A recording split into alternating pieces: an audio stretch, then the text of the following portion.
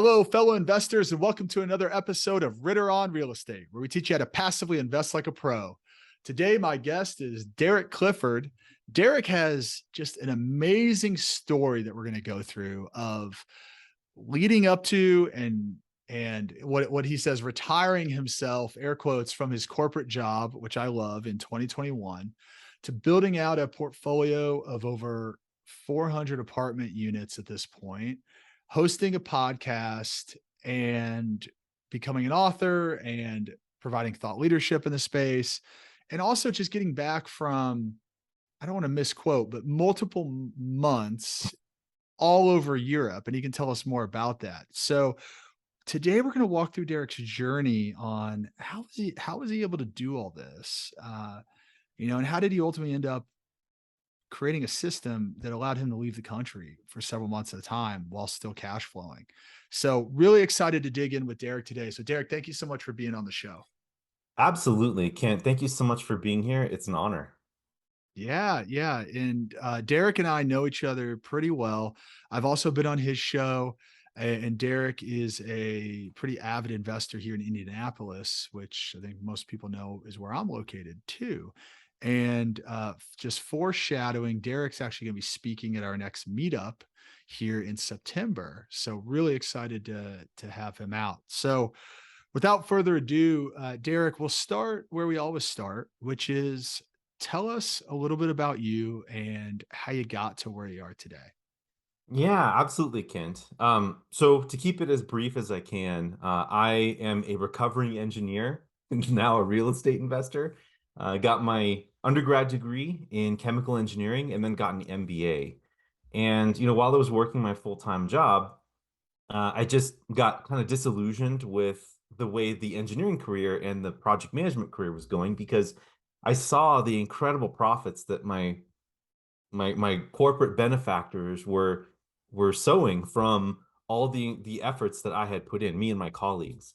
And when you do the math and you figure out, okay, if the company is saving $2 million or making $1 million in revenue or some combination of that, and you realize that the project takes, oh, I don't know, 5,000 hours to complete, and you kind of can back out the cost or how much they're earning off of your labor, that number just made me really upset. And I decided then and there that I needed to do something to get myself more into that active ownership piece.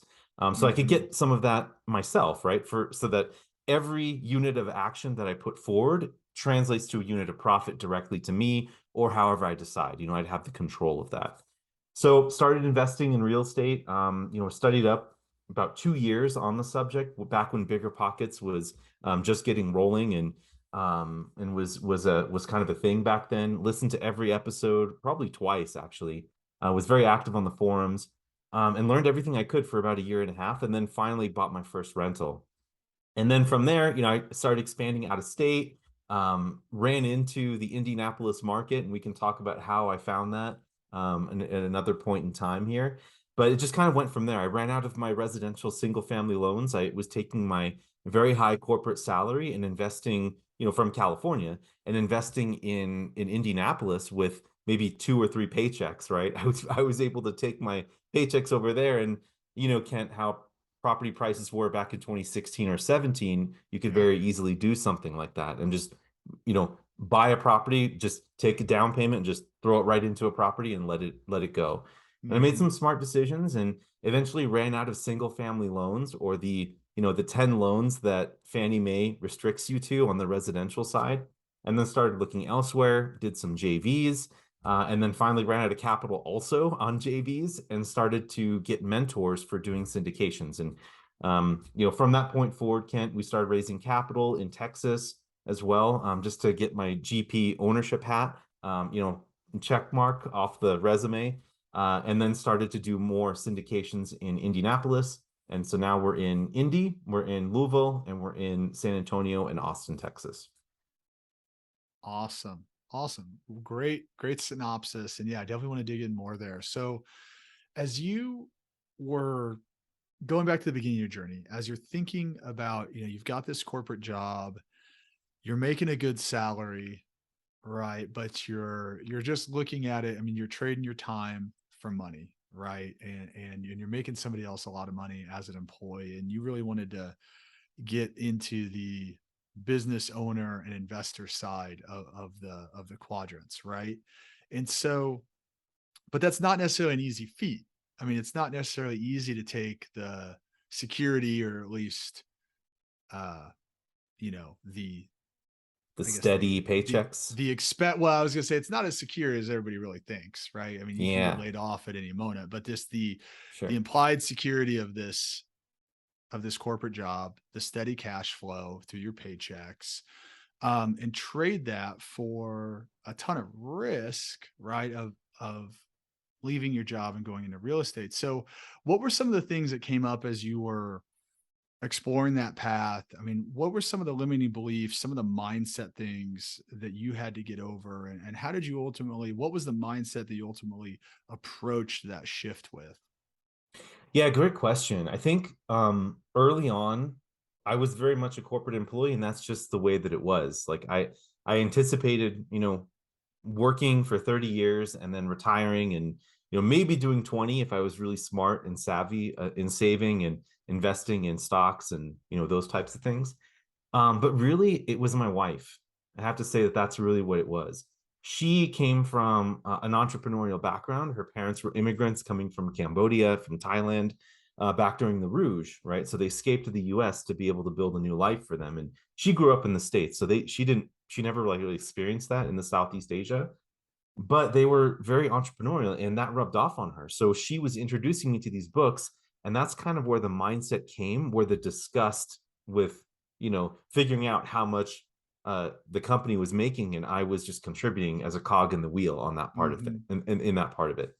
And so, I would say that that mindset piece is a prerequisite to even getting into the real estate game in general, because there is no way in heck, can't like looking back with my upbringing and seeing the way that my parents brought me up, they did a great job because, they taught me the right things, the respect, the trust, and, treating people the way that you would like to be treated, all that type of thing. So they gave me the basic fundamentals of working with other people, but they didn't have the business experience and they didn't understand it. And they just looked at it as unnecessary risk.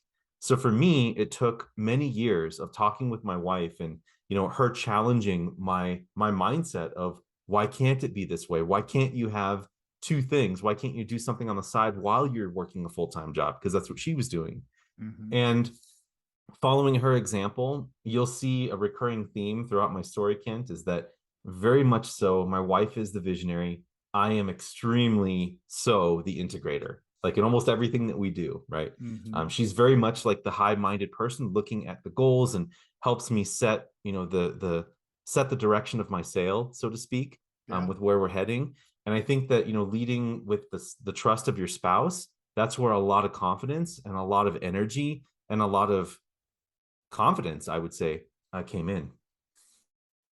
That's awesome. So you had your wife as that really support to really, guide you, but also support you in the process and help you flush out some of those ideas, help give you some new ways of looking at things, right?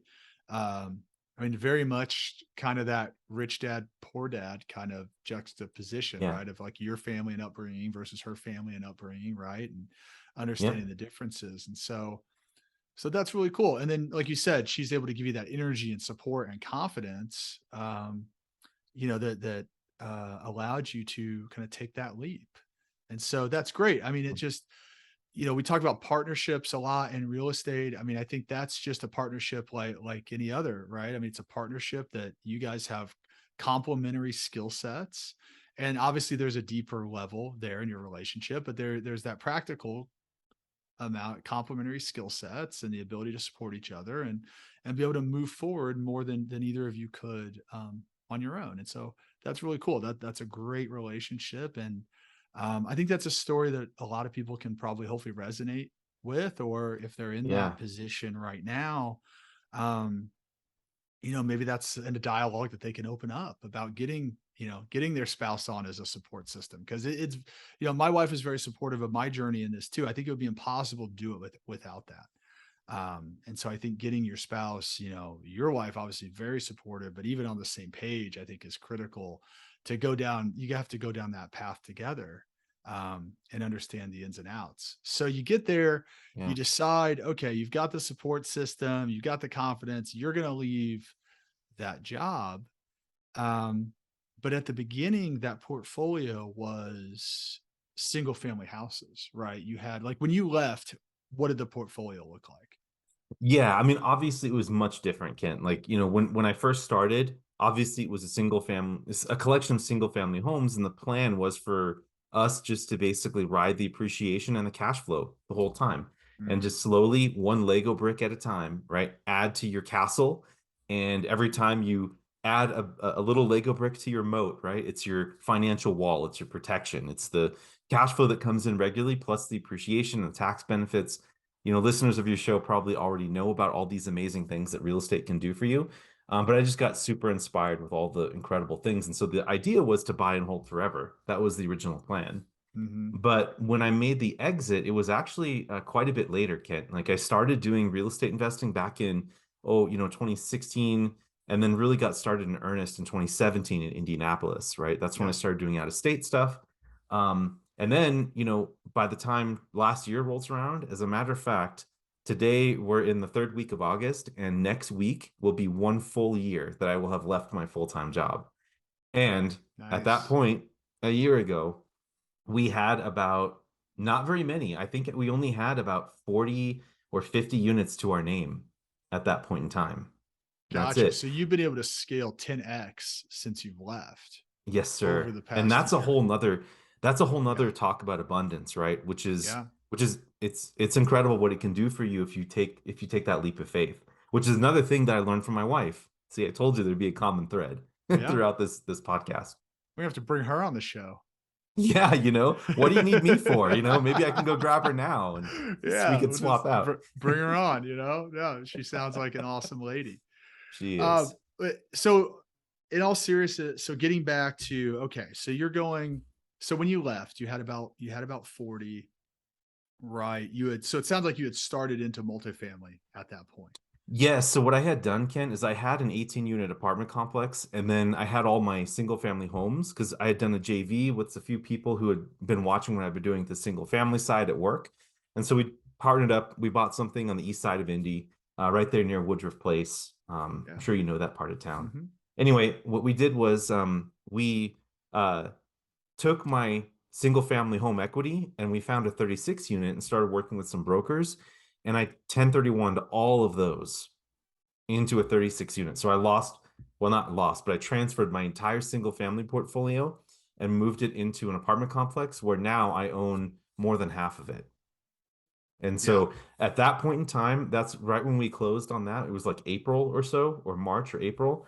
That's when I also had mentors in syndication, right, where I've been learning from. And I was showing people what I was doing with this apartment complex. And I started raising capital to invest in Texas.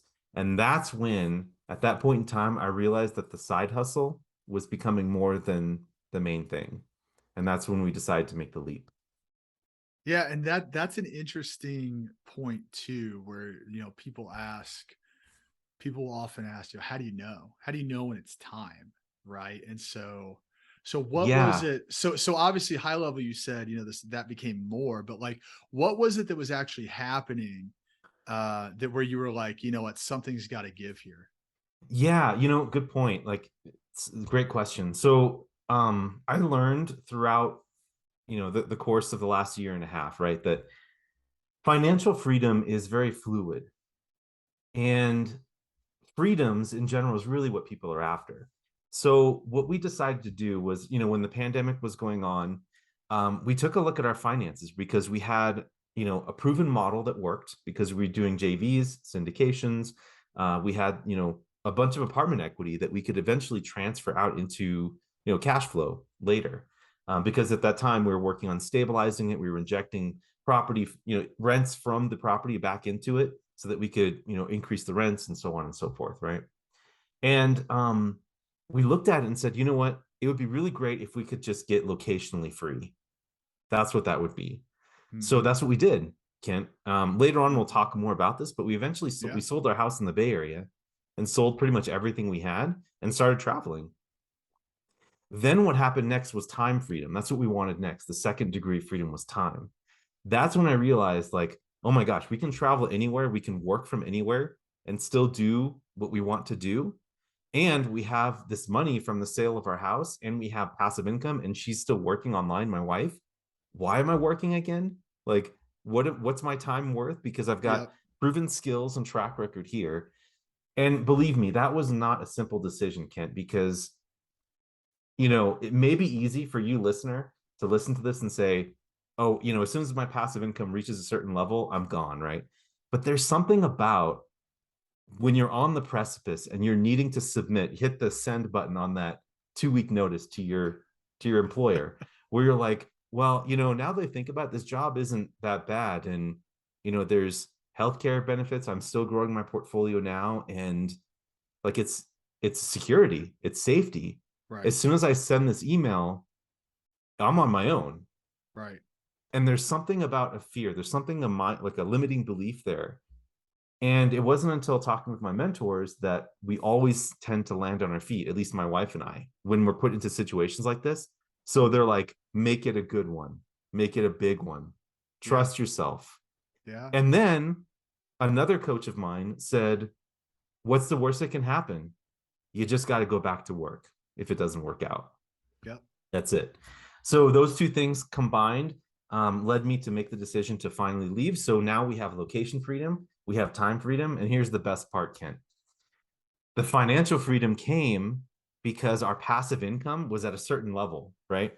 And as soon as we got rid of our $10,000 seed just to survive in the Bay Area, Yep. and now we can travel anywhere for like $5,000 and live really nicely for $5,000, $4,000, depending on where you are. And that brought us to Europe and different parts of the world. Now we have financial freedom because we've lowered our expenses because we're thinking bigger, right? We're now able to go from Airbnb to Airbnb. And while we're doing this, our apartment buildings are gaining equity for us. So we're not missing out on any of the real estate equity that we would have had if we had a house. As a matter of fact, most of our capital we transferred over to apartment building equity so that it could grow as an investment while we're traveling around the world. So I encourage people to look at the 3 degrees of freedom. First, location, get yourself some of that, right? Whether you're working a full-time job and you can work from anywhere, get that. So you can do that from anywhere. And then time freedom, work out an arrangement with your W-2 employer or leave your job, depending on where you are, if you have the skills, but work out an agreement with your employer so that you can be results-based instead of time clock-based. Mm-hmm. That's your time freedom. Yep. And then financial freedom will come eventually as you start working with people like Kent, who can offer these incredible passive investments for you, or if you pursue your own portfolio like I did. Yeah. Ah, I love that. I love that. I mean, there's so much to unpack there on how to thoughtfully leave and position yourself, and then all the great stuff that comes afterwards. I mean, just at a Mm-hmm. high level, my takeaway is you're right. You like there's it's so hard to leave that W-2, right? And it's because we're ingrained from when we're little kids that that's what you do, right? You go and you get a job and you work there. I mean, I think it's changing now. I think even from the time like I went to school or like we went to school to now, I think it's a different message. I think kids look at it differently. I think even like maybe we were kind of the last of like, okay, we're going to work forever. We're probably not going to work at the same job forever, which our parents were like, we're going to work at the same job for 30 years. Right. And then Yeah. we were like, okay, we're going to work. Mm-hmm. I think nowadays I get the sense that kids are much more entrepreneurial and kind of this idea of how do you create these side hustles and things. Right. So I think that's fantastic. But the reason it's so hard is Yeah. because we were ingrained on it. Right. It goes back to the same way with investing. Like the reason it's hard for a lot of people to get into real estate investing is because they're ingrained on the 401k, stocks, bonds, mutual fund piece. I mean, forever. That's all we hear. We're kind of indoctrinated Yeah. with it. It's kind of, it's kind of this main talk track, right? Of what people are supposed to do. And you don't realize, and it's difficult to break through and step out of that. It's uncomfortable. How did just along the line, how did your friends and family, what was their response when you're like, hey, I'm going to leave my great paying job and I'm going to go buy some real estate? So as you might imagine, the reaction I got from my friends and family was what you could probably imagine very easily. It was are you crazy? You're nuts. And when I even tried to explain what it is that I do to them, they were very confused. And so that was really, really like hard for me to take. And I just learned to realize that I can't pay attention to what they're saying.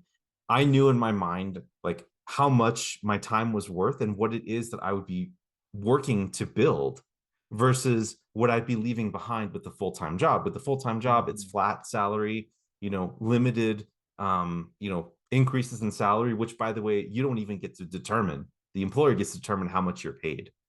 And so I felt like I needed to get out of that equation so much that I was willing to make that change. And it didn't matter to me what other people thought, especially my family, because I had the support of my spouse. And my spouse and my friends and my mastermind, the people that I surrounded myself around, were encouraging me. So I almost never saw that type of effect. And here's the funny thing, about 3 or 4 months after that, Kent, all of a sudden, family members started asking me, wait a minute, what are you doing here? And then they started getting interested. Right. And then they agreed and they started to understand what it is that I was doing. And then they became believers. Yeah. Well, what's really powerful there is you had a support system, right? Your spouse, which we've already talked about. You also Yep. said you had a mastermind. So you had people that were like-minded and understood where you were coming from and were able to give you that confidence to say, you're not crazy. It is the right path. It's just not the Yeah. common path, right? And I think that's a huge thing for anybody in that situation. You just have to recognize that for the most part, your family and friends are not going to understand what you're wanting to do just because it's not something that they've ever contemplated, right? You're thinking differently, which isn't bad, it's good. But you got to surround yourself with people that think in the same way as you. And I think a mastermind is a great way, um, is one great way to do that, right? So I think that's a Yeah. good little tip. I would say too, Kent, that it's like leadership, right? Like you're showing someone a new way of thinking. It's like I don't mean to compare your friends and family, including your parents or your uncles or even your kids, to like little children growing up.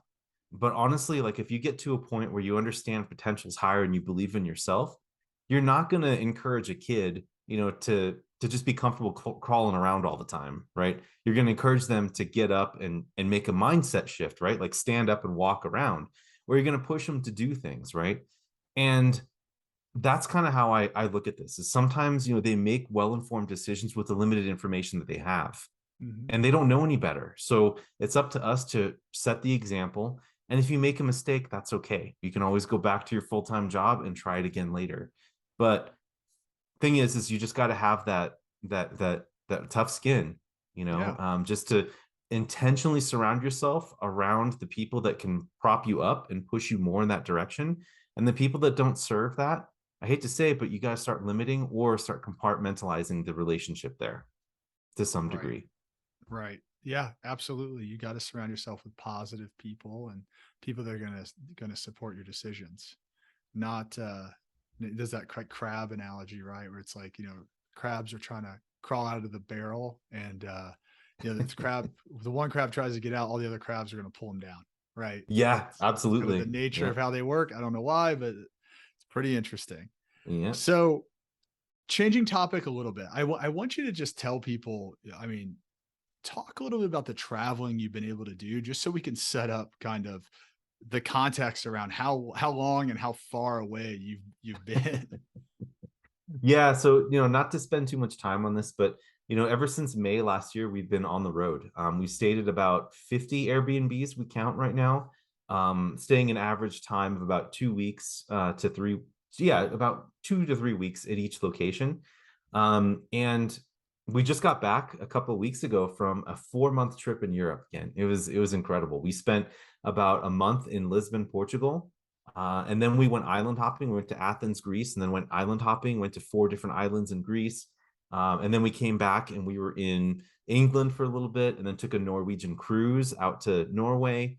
And then from there, we were in Wales, and I mean, sorry, Scotland, and then Iceland. And then we finally made our way back to the United States a couple of weeks ago. But, we've been adventuring this whole time and being able to really take in where it is that we're at right now and be able to become more of a well-rounded person. We're growing with our business goals, but we're also growing in our relationship, in our adventures, the things that we can do while we still are able to, and growing in our mindset because we're experiencing these different cultures and trying incredible food in different places of the world, and just really enjoying life because that's what life is all about, right? I mean, business is going to be there, but life is so fleeting and time is the most valuable currency we have. So we're here to create memories and do what we can while we still can. Yeah, I completely agree. And I think travel is one of the best teachers, right? I mean, Yeah. there's just something about seeing and experiencing other cultures and understanding that the way that we do things in the US is not the only way, right? And there are a lot of different ways to go about things. I think that's just good for everybody to understand, to be well rounded. Yeah. So fantastic that you truly have achieved all three levels of freedom, as you stated before. What I'm Hmm. curious is, how do you run a 400 something unit portfolio uh, from Norway or Greece or Iceland or any of these countries? Talk to Yeah. me, get detailed from it. Talk to me about what those systems look like. Maybe the relationships that you've built, and then how you're able to just maintain things in working order from so far. Yeah. Again, excellent question. And I think, an overarching theme of this whole thing is quick to hire, or no, quick to fire, slow to hire, that type of thing. Mm-hmm. And I've come across a lot of people. And so in the real estate business is a people-based business. So over the years, there are a couple of people that I've always wanted to do business with that are located in different markets. And depending on, what backgrounds you have and who in different areas, you can start to build a network in those spots. And so there's so many people that select markets based on, the numbers or based on, what they hear from other people, right? Which is there's some validity to that because there is growth going there and all types of things. But I think that you can make a winning investment in any market if you have the right team. So what I suggest to many people out there is to select markets based on your network. That's what needs to happen. So the reason that we invested in Indianapolis is because I have a good friend out there that we've been wanting to do something together ever since I got invested in Indy. On my very first trip out there, he was a budding bigger pockets real estate investor doing single family homes just like me, but he was local and he was looking to partner with people from California that had capital, those types of things, right? And we've always kept the line of communication open and we became good friends. And he became my partner with the stuff going on in Indianapolis. And with him as boots on the ground there, and with our property management team between those two, we can cover a lot of ground, Kent. And my job is to find apartment buildings, underwrite them, do the due diligence, put it all together, right? Build with the business plan together, and then do the asset management. The asset management piece has lots of systems behind it. I have a VA who takes all of the data from the property managers and puts them into a spreadsheet, and then it auto populates out all the KPIs. So for me, I'm able to look at a glance as soon as the information is available what the KPIs are.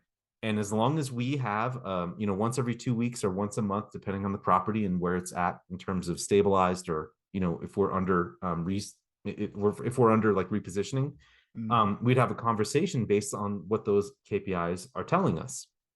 So to me, Kent, I see my job as building relationships with Zoom, which I'm very fortunate because of COVID, because now people are more native to Zoom and people are willing to have conversations, investors and operators, right? Definitely. Um, Using Zoom as a tool. So really all we need when we travel, Kent, is the right time of day, because sometimes it could be nighttime when people want to meet. So that takes a little bit of preparation up front. But having the systems to be able to have some of this financial reporting dropped in and automatically populated, that took me time to build. And now I'm reaping the benefits of that. And then having boots on the ground that you trust in that market, and property managers that you trust. So they're checking each other, right? Or you have the owner checking the property manager, and there's a feedback loop going on all the time. So as long as communication is happening on a twice a month or once a month basis, there's no reason for me to even have to go to the property. Of course, I'm going to. I mean, because I'm coming to Indy in the next couple of weeks, and you got to do that every once in a while just because it's what you need to do. But I don't see a need for us to be physically there for it if we have tools that we can use to help us be more efficient and more organized in our approach. Gotcha. So, yes, you've developed a process where you've identified with the property manager what KPIs or what information they need to deliver right on a weekly basis, it sounds Correct. like. Then you've leveraged a Yep. VA to take all that, put that into a spreadsheet you've created and turn that into information you can actually make decisions on. And Yes, that sir. really gets you to the point where you're not fishing for info. You're not having to have a lot of calls. You're able to just see exactly what you need to see. Right. And then you've Bingo. got, yeah, go Yeah, ahead. I was going to say it pulls straight from the ledgers. So when we get ledgers that are, for all the units and then also for like the property level things, Mhm. my VA is trained to take all of them and put it into a standardized transaction register, right? That's on Google Sheets, so it's available for all of my partners to see, including me. And I have an automated system that pulls a P&L, a back-looking P&L, and forecasts the future based on what we've seen before. And right now, I'm working on functionality to build in a balance sheet so that for tax time, it's fairly easy to do. And at any time, I can use that information I'm getting in that financial report out to tell investors how things are working. So Mhm. I've got it to the point now too where I have my VA looking at the data and they're drafting emails and active campaign for me, right? And keep in mind, I only have one VA, but it's because I have tight processes and systems that I'm able to run 400 units this tightly from anywhere abroad. I'm very much Wow. a process oriented guy. I don't like to do the same things twice. So I spend the time and energy to build things out myself and write programs, macros, use some of my engineering brain to be able to simplify things into scale because I know that as I add more properties, it's the same process. I just need to, add another line item and it comes in, and that's the appeal to it. And that's why I spent so much time building something like this. Yeah, I love that. So are you're actually getting kind of the financial reporting, you said the ledgers feed on a weekly basis, and that's feeding into all of this versus having the property manager feed you The some of their reports. canned Yeah, I have my reports. own reports. Interesting. So all I do Interesting. is I ask them to provide me a ledger with all the transactions that took place at the property level and at the unit level, right? Yep. And then I have my assistant basically take all of those transactions and put them into our format. And Yeah, once I it's in love that. our format, and it's fairly easy to do that. It's just some Excel manipulation, right? You do some conversion and things like that on the back end, but it's very easy to do. And it only takes them about 2 or 3 hours to do it for all of our properties. But once it's lined up in the right column, right in the right cells and everything, we have our accounting done because it's a way for me to categorize my expenses, right? To go through and make sure that everything is falling into the right category, to do a forward looking and a backward looking analysis on all the properties at one time. And I would say it takes me maybe 2 hours to do all of the financial rigor on this for all the properties per month. So that's what I would say my time load is on this now. I love that. Yeah, I love those systems. That is the key to everything. And then Yes, sir. so if you're looking at these KPIs, I mean, just tell me what are the top 3 things that you're looking at on a Yeah. I mean, monthly basis? you're probably not going to be surprised here, but it's obviously vacancy, which is one of the biggest KPIs to look at. Turn times to make sure that, however long it's taking to get that vacancy filled, that's what we're Mhm. looking at. And then also market rents, how close we are to market rents and what's lost to lease look like. Those three things will help us on the income side. And then on the expense side, that's why I'm coming to Indy, because I'm going to be looking at how to control that a little bit more. Because I'm sure there's KPIs there. I just don't know, enough about that yet. But I'm sure that I will going into it, talking with experts like you and other folks to get some pointers on what to set for KPI on expenses. Yeah, absolutely. Well, I love that. You've identified the KPIs, and not only what are they, but what are the goals, right? What are the benchmarks? What are the goals you're trying to achieve? And it makes it pretty easy from there to run things. And you've been able to scale up with a VA, do it virtually, and that's allowed you to travel the world. So, I Yes, mean, sir. pretty incredible how you've come from not even a year ago leaving your corporate job to now doing whatever the heck you want. Yeah, fully mobile. I will say though, Ken, that like I'm working probably a good 3 or 4 days out of the week. And as you know, during acquisition times, you know how it can get kind of crazy. Like sometimes it goes to be Mhm. 7 days, right? Full. And so Yep. that's what we're in the middle of right now. But I think that when you're out traveling, don't be discouraged because when we were in Europe, right, we had the opportunity to work in the afternoons in Europe because in the mornings people weren't even awake in the US. So if we wanted to take a day off, we just block out our afternoon, which means we're taking that time off, and then we have all the way until the next afternoon of the following day to be able to explore the city. So there were many days, Kent, where we were out in like Athens, right, where we'd wake up, go have breakfast out, go see the Parthenon, and then come back, and then in the afternoon we have meetings when it's morning in the US. That Hmm. happened a lot, so and when you do that type of lifestyle, you also become very intentional about what's important to you. Yeah, Because absolutely. if you really want to spend your time out there enjoying it, but you still want to, you're performing well for your investors, you owe them that obligation. And that's something I made very clear is that they're the top priority if push comes to shove. But I built these systems and things to alert me of things even while I'm out and about to where I can get things addressed quickly within 24 hours. And so that's what I've explained to my investors. I'm not just traveling around the world and just, just like not in, just not paying attention to the investments and just Of traveling and doing course. whatever I want.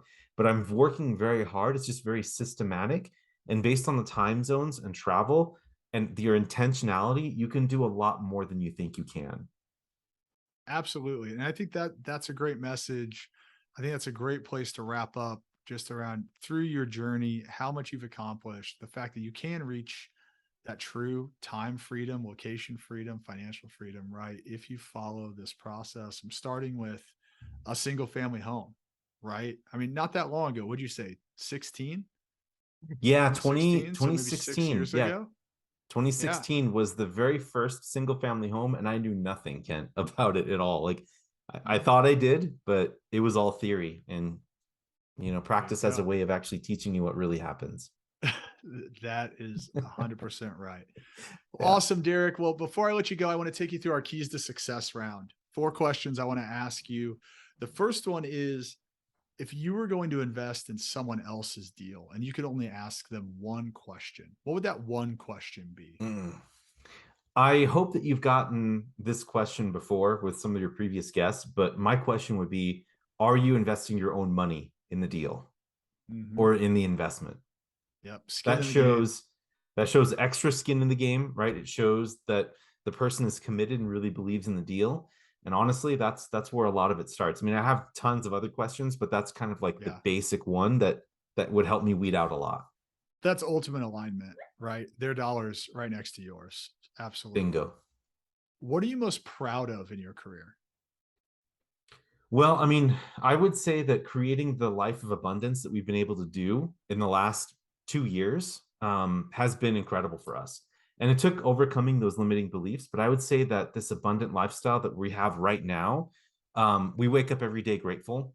And it wasn't always that way. And we stepped into it. We took the risk and we made it happen. So that's something that I would say for that question. Awesome. That's a great answer. What book should everybody read? There are so many good ones. I love The One Thing. That's a really good one. The Richest Man in Babylon is classic. Like both those books are must reads, but I think it depends on where you are in your life, really, because we pick up different things in different stages of our life, whatever's important to us and what's happening right now. So, definitely keep that in mind. But for me and for most people out there, The Gap in the Gain, incredible book by Dan Sullivan, talks about thinking gratefully versus thinking in scarcity. The Gap in the Game? Yes, in the I haven't heard of gain. that one. In the Yeah, Game. yeah. Gotcha. I've It's not the heard of that one same before. the same author who brought you Who Not How. And Okay. Ken, I think you're Which gonna is a love great that book. book. Yeah. Yes, you're gonna love that book because it's awesome. It's great for setting goals. It's great for daily interactions and just being grateful in general. and just being in a more positive state, and how that translates to just infinite possibilities for you in your business. I love it. Adding it to the list. Awesome. And lastly, Derek, what is your number one key to success? Oh, so the 4 C's. I'm gonna go over them real quick, because building a side hustle when you're working a full-time job, you need the 4 C's. That is clarity, consistency, coaching, and connections.